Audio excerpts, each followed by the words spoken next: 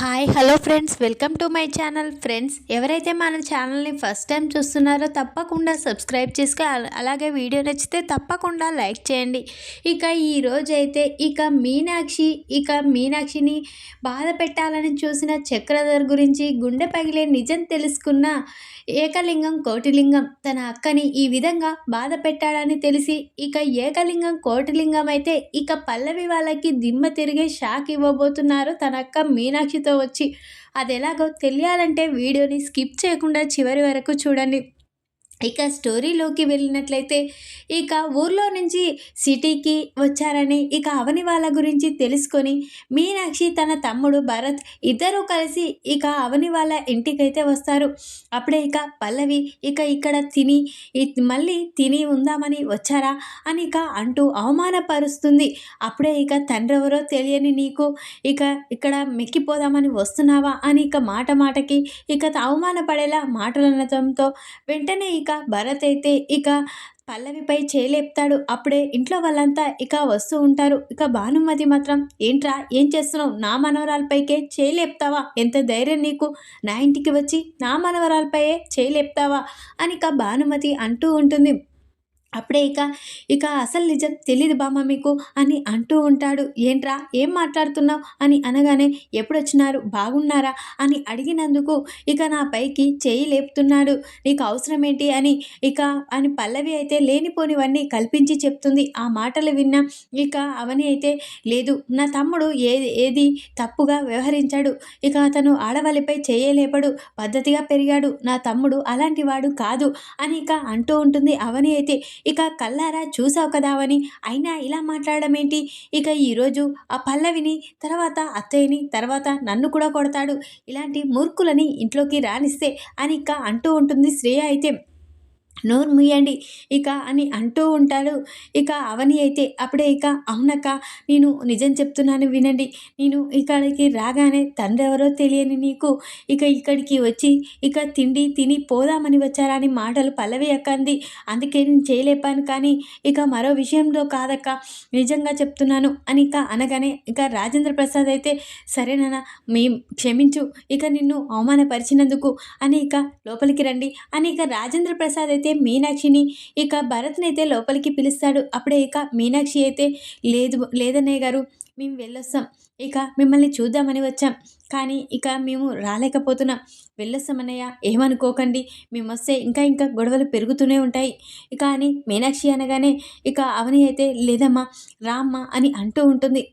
అమ్మ నిన్ను చూసాము చాలు, అంతే వెళ్ళిపోతాం, పద భరత్ అని మీనాక్షి అయితే భరత్ని తీసుకొని ఇంటికైతే వెళ్ళిపోతుంది. మీనాక్షి మాత్రం చాలా బాధపడుతూనే ఉంటుంది. మీనాక్షి ఇప్పుడు ఏడుస్తూ చాలా బాధపడుతూ ఒంటరిగా రోడ్డుపై నడుచుకుంటూ వెళ్తూ ఉంటుంది. అటు పక్క కోటిలింగం మాత్రం జైలు నుంచి రిలీజ్ అయ్యి ఈ అవని వాళ్ళు నన్ను ఈ ఊర్లో తల ఎత్తుకోకుండా చేశారు, ఈ ఊర్లో ప్రతి మనిషి నన్ను చూస్తేనే వణికిపోయేవారు, ఇప్పుడు అవని వల్ల నన్ను చూస్తే ఒక ఆట బొమ్మలా చూస్తున్నారు, నన్ను ఎగతాళి చేస్తున్నారు, ఈరోజు నేను అంటేనే వాళ్ళకి లెక్క లేకుండా పోయింది, దానికి అంతటికీ కారణం ఆ అవనియే, అవనిని వదిలిపెట్టను, ఇక్కడి నుంచి పోయినంత మాత్రాన తనని ఎలా వదిలిపెడతాను, తనని ఊరికే వదిలిపెట్టను, తన అంతు చూస్తాను, ఈరోజు నన్ను ఈ పరిస్థితి తీసుకొచ్చడానికి కారణం ఆ అవనినే, ఊరు మొత్తం ఈ విధంగా నాపై చెలాయిస్తున్నారు, వీళ్ళ ఆస్తులన్నీ నేను అనుభవించేవాడిని, కానీ అవని మాత్రం వాళ్ళకి వాళ్ళు తిరిగి ఇచ్చేలా చేసింది అని ఏకలింగం అయితే అనుకుంటూ ఉంటాడు. వెంటనే ఈ అవని కుటుంబాన్ని అవనిని వదిలిపెట్టను అని కోటిలింగం అయితే తన మనసులో అనుకుంటూ ఉంటాడు. అప్పుడే ఏకలింగం, అనయ్య ఏం చేస్తున్నావు అనయ్య, నువ్వు జైలు నుంచి వచ్చావు, చాలా సంతోషంగా ఉందన్నయ్య, కానీ నుంచి అయినా తప్పులు మానుకో అనయ్య అని కోటిలింగం అంటూ ఉంటాడు. ఏంట్రా నువ్వు కూడా అని అంటూ ఉంటాడు ఏకలింగం అయితే. అవునన్నయ్య, అవని గారు చెప్పినట్లు నువ్వు చేసిన పని ఏమీ బాగాలేదన్నయ్య అని కోటిలింగం అంటూ ఉంటాడు. సరే అయినా మనం నుంచి సిటీకి వెళ్దామని అనుకుంటున్నాను అని ఇక కో ఏకలింగం అనగానే అప్పుడే కోటిలింగం, ఏంటన్నయ్య సిటీకి వెళ్ళడం ఏంటి? అయినా నేను కూడా వస్తానన్నయ్య. ఎందుకంటే నా ఫ్రెండ్ కూడా ఆరాధ్య అక్కడే ఉంటది. ఇక నేను ఆరాధ్య కోసం అప్పుడప్పుడు వెళ్ళొచ్చు దగ్గరుంటే అని ఇక కోటిలింగం కూడా అంటూ ఉంటాడు. సరే మనిద్దరం ఇప్పుడు ఈ సిటీకి కొన్నాళ్ళు వెళ్ళిపోదాం అని ఇక ఏకలింగం అనగానే, సరే అన్నయ్య ఇప్పుడే రెడీ అయితే వస్తాను అని ఇక ఏకలింగం, కోటిలింగం ఇద్దరూ రెడీ అయ్యి సిటీకైతే అడుగు పెడతారు. ఇక అప్పుడే ఇక వాళ్ళు అలా వెళ్తూ ఉండగా దారిలో ఇక మీనాక్షి కనిపిస్తుంది. మీనాక్షిని చూసి ఒక్కసారే ఇక ఏకలింగం షాక్ అయిపోతాడు. అప్పుడే ఇక, ఏంటన్నయ్య ఆవిడని అలా చూస్తున్నావేంటి అని అనగానే, ఒరేయ్ నువ్వు గుర్తుపట్టలేదా అని అనగానే, ఏంటన్నయ్య ఎవరు తను అని ఇక అంటూ ఉంటాడు. కోటిలింగం అయితే అప్పుడే ఇక, తను మన అక్కరా అని కోటిలింగం చెప్పగానే, ఇక ఏకలింగం చెప్పగానే కోటిలింగం షాక్ అయిపోతాడు. ఏంటన్నయ్య తను అక్కనా అని అనగానే, అవునరా చిన్నప్పుడు ఇక అమ్మ నాన్నలు చెప్పేవాళ్ళే కదా, ఇక అమ్మ నాన్నని కాదని ప్రేమించి పెళ్లి చేసుకొని వెళ్ళిపోయిందని చాలాసార్లు అక్క ఫోటో మనకి చూపించారు కదా, ఇక తనే అక్కరా అని అనగానే, అప్పుడే ఏంటనయ్య అలా చూస్తూ ఉండిపోయావేంటి, వెంటనే తనని కలుద్దాం పదనయ్య అని ఇక అంటూ ఉంటాడు. కోటిలింగం అయితే అప్పుడే సరేరా వెళ్దాం అని ఇక అనుకుని ఇక ఏకలింగం, కోటిలింగం ఇక దిగేసి ఇక మీనాక్షి దగ్గరికి వస్తారు. అప్పుడే మీనాక్షి ఇక వాళ్ళని చూసి, ఎవరమ్మా మీరు అని అంటూ ఉంటుంది. అప్పుడే ఇక, నేనక్క ఏకలింగాన్ని అని చెప్పగానే మీనాక్షి ఒక్కసారే షాక్ అయిపోతుంది. అంటే నా తమ్ముడు ఏకలింగంవా అని అనగానే, అవునక్క అని అనగానే ఇక మీనాక్షి చాలా సంతోషపడుతుంది. వీడు మన తమ్ముడు కోటిలింగమక్క అని చెప్పగానే మీనాక్షి చాలా సంతోషపడుతుంది.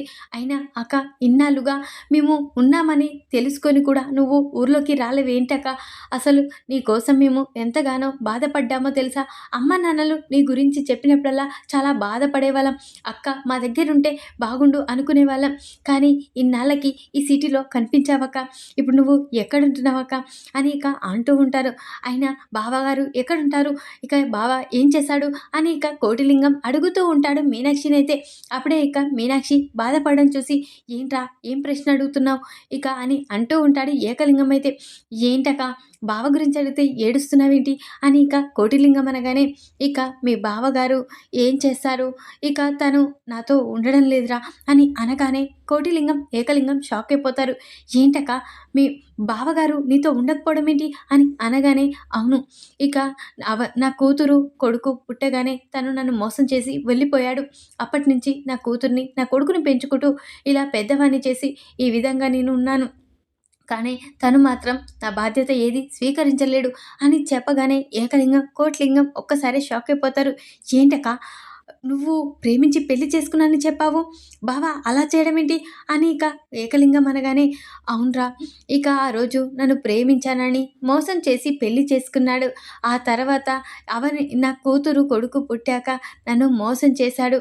నన్ను ఆస్తి కోసమే పెళ్లి చేసుకున్నానని, ఆ ఆస్తే నీ పేరిట లేనప్పుడు నీతో నేనెలా ఉంటాను అని ఇక నన్ను బయటికి గెంటేసి, ఇక తను మాత్రం వేరే పెళ్లి చేసుకొని ఇంకా చాలా సంతోషంగా ఉన్నాడు. ఇప్పుడు నా దగ్గర ఉన్న ఆస్తి మొత్తం తనకిస్తే తను నన్ను భార్యలా స్వీకరిస్తానని తన పేరిట చేశాక, తన రెండో భార్య కూతురు పేరు మీద ఇక ఈ ఆస్తి మొత్తం చేయాలని చూస్తున్నాడు అని చెప్పగానే ఇక ఏకలింగం ఒక్కసారే షాక్ అయిపోతాడు. ఇక ఏంటక్క బావ అలాంటివాడా, అంటే నీ వెనకాల ఉన్న నీ ఆస్తి పేపర్ల కోసం నిన్ను పెళ్లి చేసుకొని మోసం చేశాడా, వాళ్ళు ఎవరో చెప్పక మనంతా నేను చూస్తాను అని చెప్పగానే ఇక వెంటనే ఇక ఏకలింగం మాటలకి ఇక మీనాక్షి అయితే షాక్ అయిపోతుంది. ఇప్పుడు ఇక నా తమ్మునికైనా నిజం చెప్పాలి, ఇక అతనెవరో చెప్తే మా తమ్ముడైనా ఈరోజు ఇక నా కూతుర్ని ఎవరు ఏమనకుండా చూసుకుంటాడు అని ఇక అనుకుంటూ మీనాక్షి అయితే ఇక బావ పేరు ఏంటక్క అని ఏకలింగం అడగానే, బావ పేరు చక్రధర్ర అని చెప్పగానే ఇక ఏకలింగం ఒక్కసారి షాక్ అయిపోతాడు. ఏంటక్క చక్రధర అని అనగానే, ఏంట్రా చక్రధర అనే పేరు ఇంతకుముందు ఏదైనా విన్నావా?" అని అనగానే, "అవును. నాకు బాగా తెలిసిన వాళ్ళ పేరు చక్రధర్. అంటే చక్రధర్ ఫోటో నీకు తెలుసా అక్క? ఆ ఫోటో చూస్తే ఎవరో చెప్తావా?"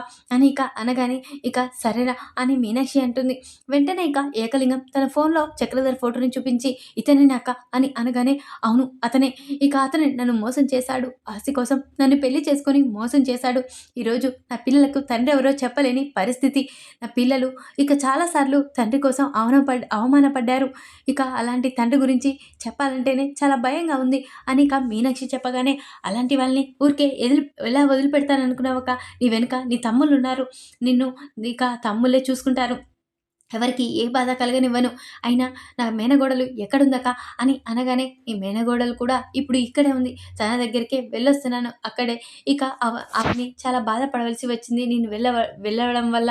ఇక తండ్రి ఎవరో తెలియలేని ఇక ఉన్న నువ్వు మరీ మరీ మా ఇంటికొచ్చి మమ్మల్ని బాధ పెడుతున్నావు" అని ఇక తన ఇంట్లో వాళ్ళు అనడంతో ఇక చాలా బాధ అనిపిచ్చి, అవని విషయంలో నేను బాధ పెడుతున్నానని తిరిగి వెళ్ళొస్తున్నాను. ఆ దారిలోనే మీరు కనిపించారు అని ఇక మీనాక్షి చెప్పగానే, ఇక ఏకలింగం అయినా ఇక నా మేనకోడలి పేరేంటక్క అని అనగానే, "అవని" అని చెప్పగానే ఏకలింగం ఒక్కసారి షాక్ అయిపోతాడు.